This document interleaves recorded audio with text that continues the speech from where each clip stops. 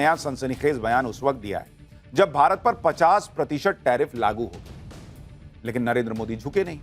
जब दुनिया को यह मैसेज चला गया कि ट्रंप का टैरिफ कोई ब्रह्मास्त्र नहीं है कि उससे हर देश डर ही जाएगा, जब भारत और अमेरिका के बीच ट्रेड डील रुक गई है और इस डील को रुकने का भारत ज्यादा लोड नहीं ले रहा, ट्रंप ने ऐसे वक्त में मोदी को टारगेट करने वाला बयान दिया। जब ट्रंप के विरोध के बावजूद पीएम मोदी ने रूस से तेल खरीदना बंद नहीं किया, उल्टे वो रूस से दोस्ती गहरी कर रहे हैं। जब पीएम मोदी ट्रंप की टेंशन बढ़ाते हुए एससीओ मीटिंग में चीन जा रहे हैं, इसलिए ट्रंप का नया बयान उनकी बौखलाहट का सबूत है, क्योंकि वो तो बड़ी बड़ी डींगे हाँक रहे थे।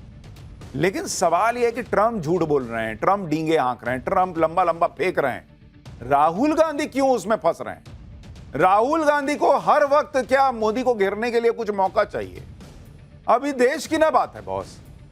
राहुल गांधी नहीं कह सकते थे कि मेरे देश का प्रधानमंत्री संसद में बोल दिया जी ट्रंप, तुम झूठे ना बोल रहे हो फिर। लेकिन वो तो तुरंत आ गए कि नहीं, ट्रंप ने बोला सुन मोदी तू क्या कर रहा है, इस तरह की भाषा बोलने लगे। इसलिए ट्रंप ने अपने नए बयान से यह साबित करना चाहा कि वो नरेंद्र मोदी को झुका सकते हैं, झुकाकर दिखाया भी। उनका टैरिफ वार कमजोर नहीं है, वो इस हथियार से मोदी को डरा चुके हैं। कोई उनका फोन ना उठाए ऐसी हिम्मत किसी की नहीं। लेकिन ट्रंप अब जितने भी दावे कर लें, कुछ भी बोल लें, गाड़ी प्लेटफॉर्म से छूट चुकी है। दुनिया देख चुकी है कि मोदी ट्रंप के आगे झुके नहीं, भारत झुका नहीं, उल्टे भारत ने ट्रंप को तगड़ा जवाब दिया। लेकिन भारत में तो उल्टा हिसाब चल रहा है। नरेंद्र मोदी से दुश्मनी के चक्कर में इंडी गठबंधन ट्रंप की बातों को फैलाने में जुट गया, जबकि यह बात सबको पता है कि ट्रंप हवाबाजी करते हैं।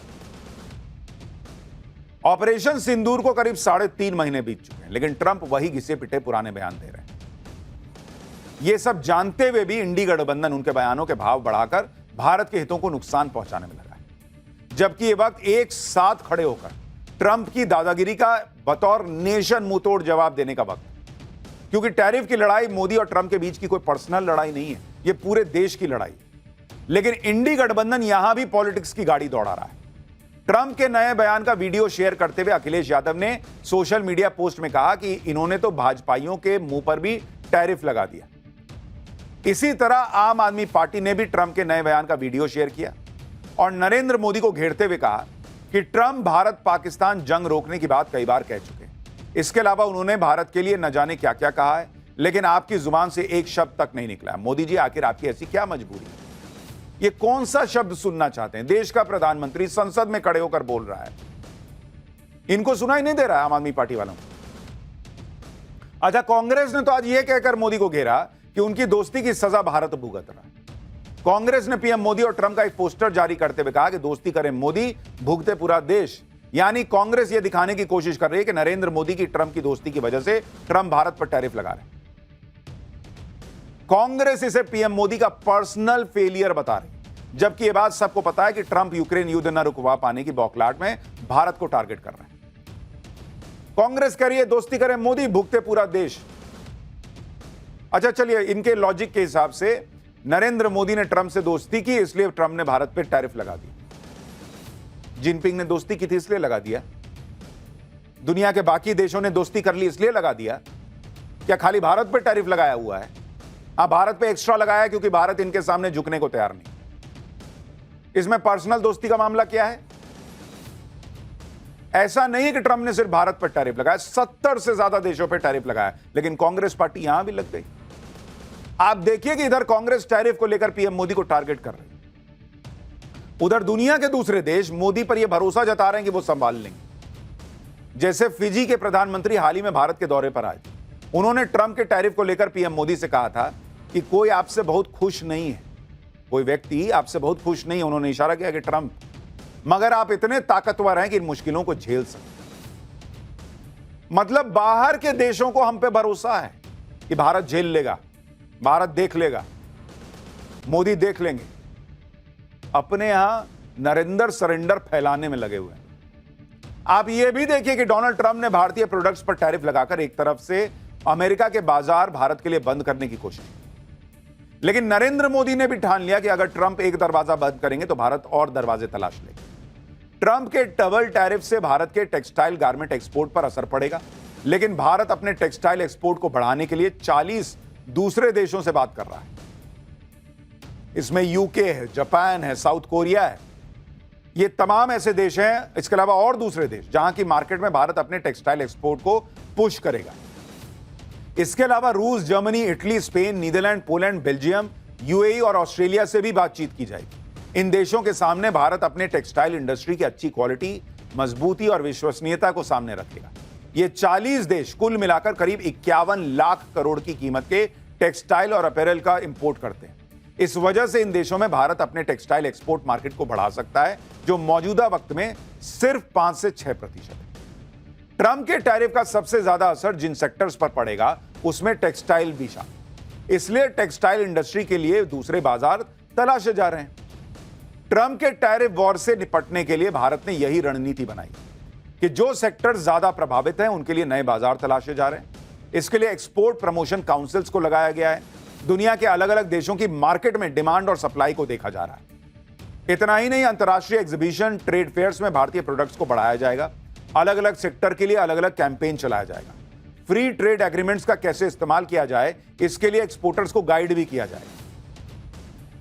ट्रंप के टैरिफ के प्रभाव को कम करने के लिए मोदी सरकार उन सेक्टर्स के प्रतिनिधियों से भी मुलाकात करेगी जो टैरिफ की वजह से सबसे ज्यादा प्रभावित है। इस हफ्ते कॉमर्स मिनिस्ट्री कई सारी मीटिंग्स करने वाली है। केमिकल्स, जेम्स और ज्वेलरी समेत इसके अलावा अलग अलग सेक्टर्स के एक्सपोर्टर्स को बुलाया जाएगा कि आओ भाई बताओ क्या क्या दिक्कत है, हम क्या मदद करें, कैसे एक्सपोर्ट को बढ़ाया जाए और इंडस्ट्री को टैरिफ के प्रभाव से बचाया जाए, इस पर इनसे चर्चा होगी। भारत पर 50% टैरिफ लगने के बाद मोदी सरकार का पहला रिएक्शन भी आ गया। विदेश राज्य मंत्री कीर्ति वर्धन सिंह ने कहा है कि हमारी अर्थव्यवस्था बहुत मजबूत है, हमारी इंडस्ट्री बहुत मजबूत है और निश्चित रूप से हम अपनी जनता और देश को नुकसान नहीं होने देंगे। हम टैरिफ से निपटने के लिए जरूरी कदम उठा रहे हैं। विदेश राज्य मंत्री कीर्ति वर्धन सिंह ने कहा कि यह टैरिफ गलत है, क्योंकि जिस वजह से भारत पर टैरिफ लगाया गया है वो काम तो कई देश कर रहे हैं। उन्होंने कहा कि हमारे पास एक बड़ी जनसंख्या है जिसकी एनर्जी जरूरतों को भी देखना जरूरी है।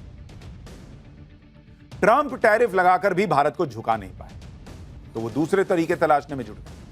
अब कुछ बातें ऐसी भी चलने लगी सोशल मीडिया पर कि भारत को सबक सिखाने के लिए H-1B वीजा को खत्म कर देना चाहिए।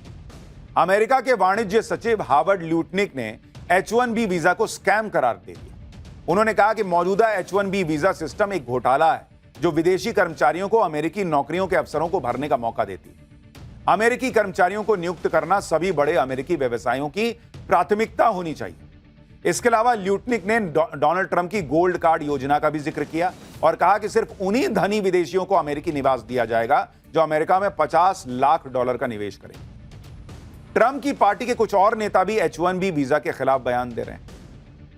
सोशल मीडिया पे कुछ लोग भी लिखने लगे कि भारत अगर रशिया से तेल खरीदना बंद नहीं करता है तो इनका H-1B वीजा बंद करो। H-1B वीजा ना हुआ हलवा हो गया कि रातों रात बंद कर दो। ये इतना आसान नहीं है। H-1B वीजा हर किसी को अमेरिका नहीं देता कि भाई कोई भी आया उसको H-1B वीजा मिल गया। ये highly skilled, highly talented professionals को मिलता है। इसके लिए अमेरिका अपने यहां स्किल्ड प्रोफेशनल्स की कमी को पूरा करता है और इसमें भारत का टैलेंट पूल सबसे ज्यादा काम आता है। तो ऐसा नहीं है कि भारत पे कोई एहसान कर रहा है अमेरिका कि आओ आओ एक काम करो, आओ तुम वहां बैठे हो, आओ हमारे यहां नौकरी कर लो। भारतीय टैलेंटेड हैं और उनके पास वो हुनर है जिसकी अमेरिका में कमी है, इसलिए वहां उनको नौकरी मिलती है और उससे जितनी लागत में अमेरिका वाला जितना नवाबी झाड़ते हुए काम करेगा उससे कम पैसे में भारतीय जो है वो तन मन धन लगा के काम करते हैं। H-1B वीजा जिन्हें मिलता है वो हाईली स्किल्ड प्रोफेशनल्स होते हैं जिसके लिए अमेरिकी कंपनियां अच्छा खासा खर्च भी करती हैं। इसलिए आप देखिए कि एक आम अमेरिकी कर्मचारी से कहीं ज्यादा सैलरी H-1B वीजा वालों को मिलती है। औसत अगर आप देखेंगे कि जो H-1B वीजा मिलता है, अगर उसकी आप सैलरी देखेंगे, औसत सैलरी, भाई अपने भारतीयों को इतना कम करके मत आंको कि भाई अमेरिका ने H-1B वीजा दे दिया, बहुत बड़ा एहसान कर दिया। हम जो काम करते हैं ना उसकी वजह से हमको वो मिलता है। तो जो H-1B वीजा वाले हैं उनकी सैलरी जो है, औसत सैलरी कितनी होती है? $1,08,000, ठीक है। और सामान्य अमेरिकी की उसकी सैलरी कितनी होती है? अमेरिकी की, सामान्य अमेरिकी की उसकी सैलरी होती है $45,760। ये देख रहे हैं आप, इतना मैसिव डिफरेंस है, ऑलमोस्ट डबल से ज्यादा सैलरी मिल रही है H1B वीजा वर्कर्स को। क्यों? क्योंकि वो हाईली स्किल्ड लोग हैं। अगर इनकी जरूरत अमेरिकी कंपनियों को नहीं होती तो क्यों उन्हें अमेरिका में बुलाया जाता और क्यों इन पर इतना खर्च किया जाता? और ये क्या हवा में मिल जाएंगे आपको कि हाँ सब भारतीयों को उठाओ, इनका H1B वीजा कैंसिल करो, वापस भेज दो? काम कौन करेगा? ट्रंप के भतीजे काम करेंगे क्या वहां पे? आप ये भी देखिए कि साल 2022-23 में करीब 2,65,000 H1B वीजा जारी हुआ।